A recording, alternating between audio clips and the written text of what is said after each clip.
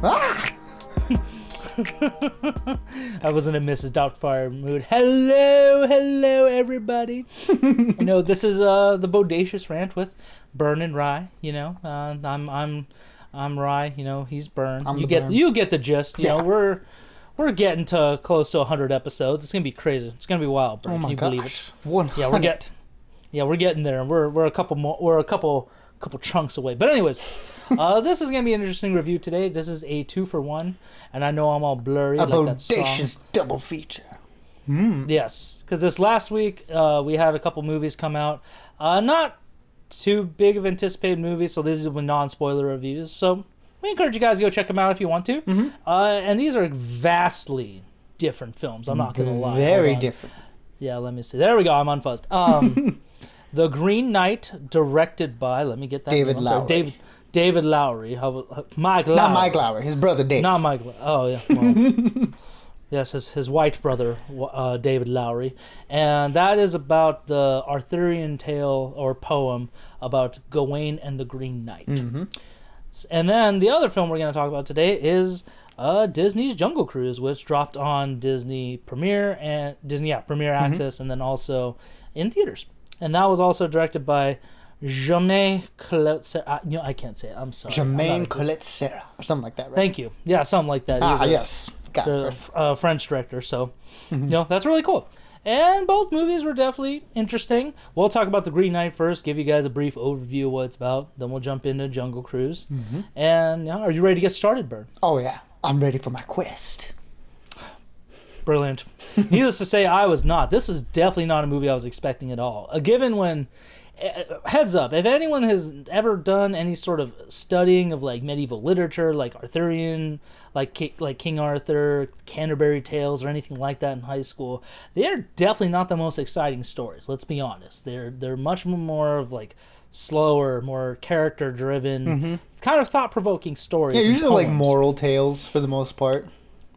And this one, just to be honest, I kind of forgot a lot about Gawain and his story about the Green Knight. So I watching the movie, or afterwards, I Googled some of it. I was like, oh, that's right. That's how it happened. I mean, I kind of have a general gist of it. Basically, what happens is, in the film, the story, we'll get into, you'll have to do research on that on your own. It's not a bad read, but Gawain is the nephew of King Arthur himself, and on Christmas Eve or Christmas Day, they are challenged by a man known as the Green Knight, who I thought the design was beautiful. Awesome. That's actually how I imagined him, where he's like a giant tree, like forest-like character, and he says, anyone who could strike me down, like this is the game we must play, and it's like, okay, Gawain. No, go ahead, Bert. I'm sorry. No, you have one strike on me, and then in a year's time, I will return that strike upon you. And Gawain, the story of courage and bravery, he took a sword that King Arthur gave him, sliced the Green Knight's head off, and that was a crazy part where the Green Knight took his head and said, in 1 year, you will see me in my oh my God, what's it called? Basically, his realm. The Green Chapel, kingdom. right? The Green Chapel, thank you. And that's where I will return the blow for the game. And, basically he rides away carrying his head like the Headless Horseman, laughing, which was... He was played by the brilliant Ralph... how do I say his last name, Bernd? Ineson? Ineson, yes, who was in The Witch, Kingsman for a brief part, and... oh my God. Also just recently in Gunpowder Milkshake. Gunpowder Milkshake, that's another one. I completely forgot about that, so... Overall, it was, in my opinion, I'm going to go first on this one. But, go ahead. For those of you who don't know anything about King Arthur's stuff, like I said, this movie may not be for you. It is a very artsy film, and it's not necessarily on the fantastical adventure side, but more of almost a modern retelling of what testing of like true bravery and honesty have on the modern man, because Dev Patel does a fantastic job as Gawain, aka Garwin as they called him. I don't know if that's like a proper term. I guess it's like an old English pronunciation or something. Yeah, so they kept calling him Garwin, so that kind of threw me off a little bit as well. But and he did it fantastically. I haven't seen Dev Patel in a while, so I'm glad I got to see him in this. And also, who also co-helmed this story was Alicia Vikander, who I miss as well. One of my other favorite actors. She did fantastic in the roles she was in, and I'm not gonna lie, it was a little boring for me. There was a couple parts I was like, oh my god, this is taking forever. Like, let's get to the story here. So overall, yes, it's very artsy, a little bit slow, but because of Dev Patel, Alicia Vikander's performances, and just the stunning visuals of his journey, I'm going to give this movie 3 out of 5 rantings. So I definitely say it's worth the watch, but if you're on the fence about it, maybe wait till it comes out on streaming, like where maybe you don't have to pay too much for it, or maybe it'll be on a streaming service. That's my opinion. Yeah, this isn't a blockbuster movie by any means. It is an A24 movie, so if for the people who do know what to expect from an A24 movie, it's not going to be anything action packed. It's going to be more of like a drama, and more often than not, they're very like artsy and granted they're not for everybody, but sometimes for me personally, I'm like very much in the mood to watch something like that, just because the A24 does a good job of providing us with different stories. Something different than what we get, from a lot of the other studios, which are a little bit more, I don't want to say like basic, but they have their more, like, what you're getting from them. And Yeah. it's there's a formula, and it's like, we all know it. So A24 is a nice change of pace. And for me, the fact that I do really like, Arthurian legend, and then, the story of the Green Knight is one that I do know from, like you said, reading back in like when I was younger and all that stuff. So I was very much looking forward to this movie when it was announced, and seeing the trailers, I was like, oh man, this looks just gorgeous. And having seen the movie now, definitely, it's absolutely a gorgeous looking movie. And as you said too, it's very well acted. And for me personally, I know you said there are times like where you felt the runtime and you felt like it was a little bit too slow. I didn't get that at all. I mean, and I know, maybe it's because I was sort of expecting that. I was expecting it to be a little bit more of a slow, meditative journey for the main character to go through. So for me, the slow parts only added to that journey. Like, okay, he is undergoing like all these trials, and you feel it along with him. So I thought that worked hand in hand with the narrative, and for me, it wasn't much of an issue. So I mean, with that being said, I think this is probably one of my favorite movies of the year so far. I did really enjoy it thoroughly. So, and I like it. I mean, like just like you, I know there's going to be a lot of people that just don't vibe with this movie, and I'm like, it's one that's going to be kind of hard to recommend for that reason, just because it is an artsy movie and it is not for everybody, and it does take certain turns and stuff where you just like it might put somebody off, and I completely recognize that. But for me, it really worked. Like, it really worked, like, in almost every level. So, for me, it's going to be a 5 out of 5. Good shit, Bernie. I respect that opinion. And, yeah, like I said, I was looking forward to it. I just felt differently about it. So, yeah, of course. If you're in the mood for a good artsy, study of a character, this will be the movie for you. Mm-hmm. But, sometimes if you're just in the mood to see some beautiful visuals, well-acted film, and maybe if you're not expecting too much of the twists and turns like this story did, like I said, may not be for it's definitely not for everybody. Oh, yeah, definitely not. But Byrne says it's worth the theater. I'm saying up to you, and that's totally fine. I will say, too, also, just to add to it, what I did like about it was low-key pretty scary. There were some moments in this film I thought, holy shit, what am I looking at? But that's the beauty of the A24, because they do put out some good, like, thrillers and stuff like that. They were behind Hereditary and Midsommar, right? Yeah. Okay, that's why I like them. Yeah, those movies were great, and I mean the Lighthouse and The Witch were also great. Another like A24 movies. Yes. So, like I said, I'm a big A24 fan, so that's why maybe I'm a little biased coming in. So it's A24 and it is Arthurian legend, which is stuff that I like, admittedly. So I'm putting it up front for everybody. So if they go watch it and they hate it, don't say I didn't warn you that it's not for everyone.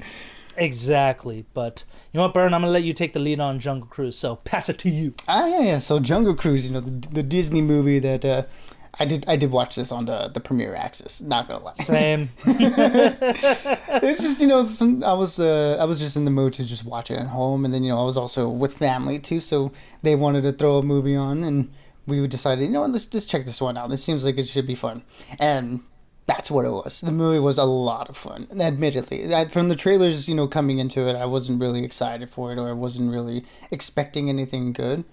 But I would say that, like I said, the movie is just a really great time, and then, big reason for that is because Dwayne the Rock Johnson and Emily Blunt. Their chemistry on screen was great. They were just so fun to watch. It felt like at times, like a lot of the action scenes felt like a throwback to like the Indiana Jones movies, where there's a little bit like a whimsical, like serial sense about it, where things are happening by accident and characters will knock into one thing and cause a chain reaction, and it was a good time, man. I was really caught by surprise. The story is just kind of like, it's give or take. It feels like at times it does try to recapture that same magic that the original Pirates of the Caribbean did. And while I don't think it quite gets there, I'd say it leans a little more into the sequels, the later movies where they weren't as great, but they were still a good amount of fun. So I would kind of put this in that sort of area.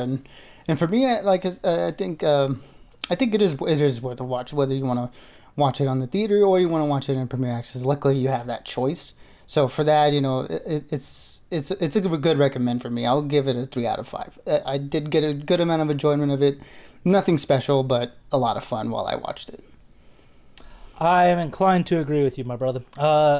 I was actually really looking forward to this movie for a bit, just because I love Emily Blunt, I love The Rock. Mm-hmm. Jesse Plemons plays the main antagonist, and surprise casting Edgar Ramirez was one of them too, who I thoroughly enjoy in his movies.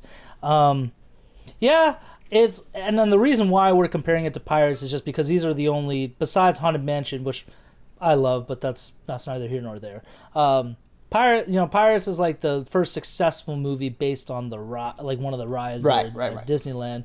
So that's why we're doing that. And they're both adventure stories, so you can kind of see a comparison. But for the most part, it doesn't recapture that sense of adventure that Pirates of the Caribbean did.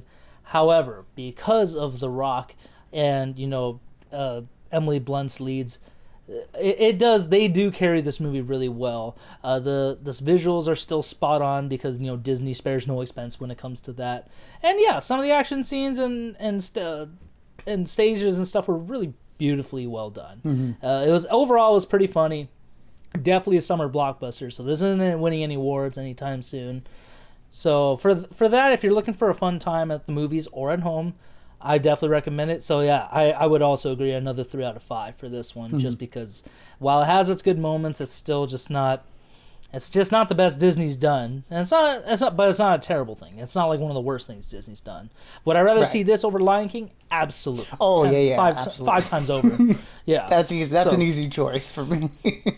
And also again, The Rock. It was funny because I remember before watching this movie, there was that story about Vin Diesel saying he had to really coach The Rock or something on Fast and Furious, and it's like, yeah. And then I remember hearing that in an interview, Emily Blunt, The Rock laughed it off like, oh, well, thank God he helped you out there. And, it's like, and The Rock, if you ever see this, Snyderverse, just get that going, please.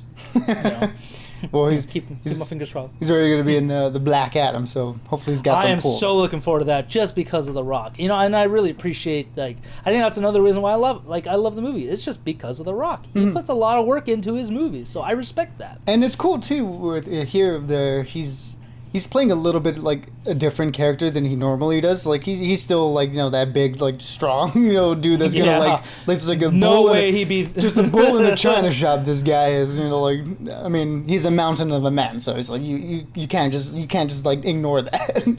But I really did enjoy his character. He's kind of a little bit of a con man. It's very different from what I've seen The Rock do. And again, Emily Blunt is I was like, she's basically Indiana Jones, and she's pretty awesome. And I love everything she's in, and she's great. But the standout for me personally was Jack Whitehall, who plays her brother in the movie. Oh, just a great comedic relief, and reminded me a lot of the character Jonathan from the Mummy movies. I was thinking Jonathan, but he also had some moments that reminded me of Dennis from Always Sunny a little bit. So I got a little bit of that vibe. But overall, like I said, Byrne says go see both of these movies in theaters. I say Jungle Cruise for sure, Green Knight. Just be wary of that. Matter of taste. Yeah, matter of taste for sure. But besides that, that's all I got. Any other additions or things you want to shout out about, my brother?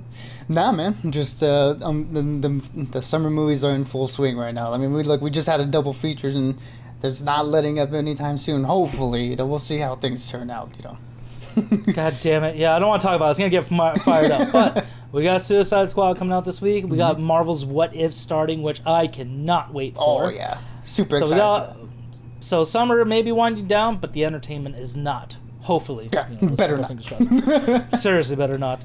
But until next time, everybody stay bodacious, keep on ranting. Let us know if you guys seen these movies, what you thought about them, and I will see you next time, Bern. Yeah, everybody, keep safe, be good to each other, and we'll see you on the next one.